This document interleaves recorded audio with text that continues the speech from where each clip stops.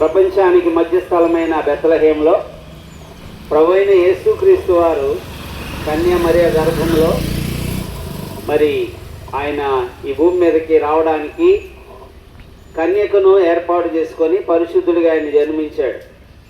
ప్రపంచానికి మధ్యస్థలంలో ఎందుకు జన్మించాడు అంటే, నలుదిక్కులు ఉన్నటువంటి ప్రజలు, మానవులందరూ కూడా పాపము అనే బంధంలో ఉన్నారు, నిత్య నాశనము అనే వాటిలో చిక్కారు.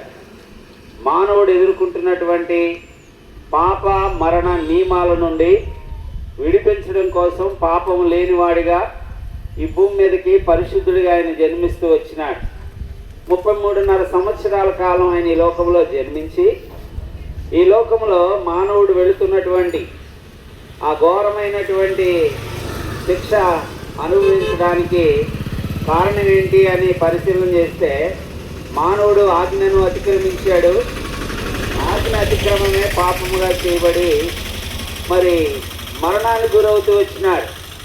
అంటే పాపం అంటే ఏదో మనిషి రకరకాల పరిస్థితులు చేసినవాడు కాదు, కానీ జన్మలోనే పాపం ఉందని పరిశుద్ధ గ్రంథమైన బైబిల్ సెలవిస్తుంది. ఏ భేదం లేదు, అందరూ పాపం చేసి దేవుడు అనుగ్రహించిన మహిమను పోగొట్టుకున్నారని.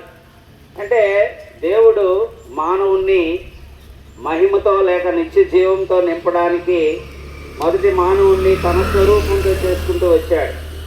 కానీ మానవుడు ఈ భూమి మీద తన వ్యక్తిగత జీవితంలో దేవునికి ప్రాధాన్యత ఇవ్వకుండా తన జీవితంలో ఎంతో దేవుని మాట మీరుతూ వచ్చినాడు.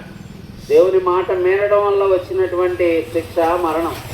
కాబట్టి ఈ ప్రియ సహోదరి సహోదరులారా, గ్రామస్తులారా, ఇలా ఈ రీతిగా మానవుడు పతనంలో ఉండగా దేవుడు మానవుడిగా ఎందుకు రావాల్సి వచ్చింది అంటే, మరి మానవునికి ఉన్నటువంటి బలహీనతలు, రోగరుగ్మతలు, అలాగే మానవుడు ఎదుర్కొంటున్నటువంటి సమస్యలన్నిటికీ పరిష్కారం ఈ భూమి మీద రకరకాలుగా మరి ప్రకటిస్తూ ఉన్నారు.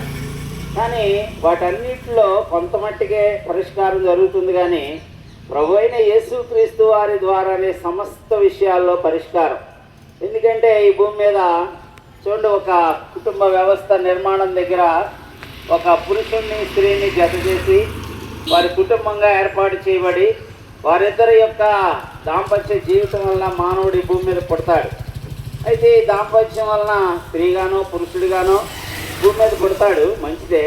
కానీ దేవుడు మానవుడిగా ఎందుకు పుట్టవలసి వచ్చిందంటే, ఆ దాంపత్య జీవితం వల్ల వచ్చినటువంటి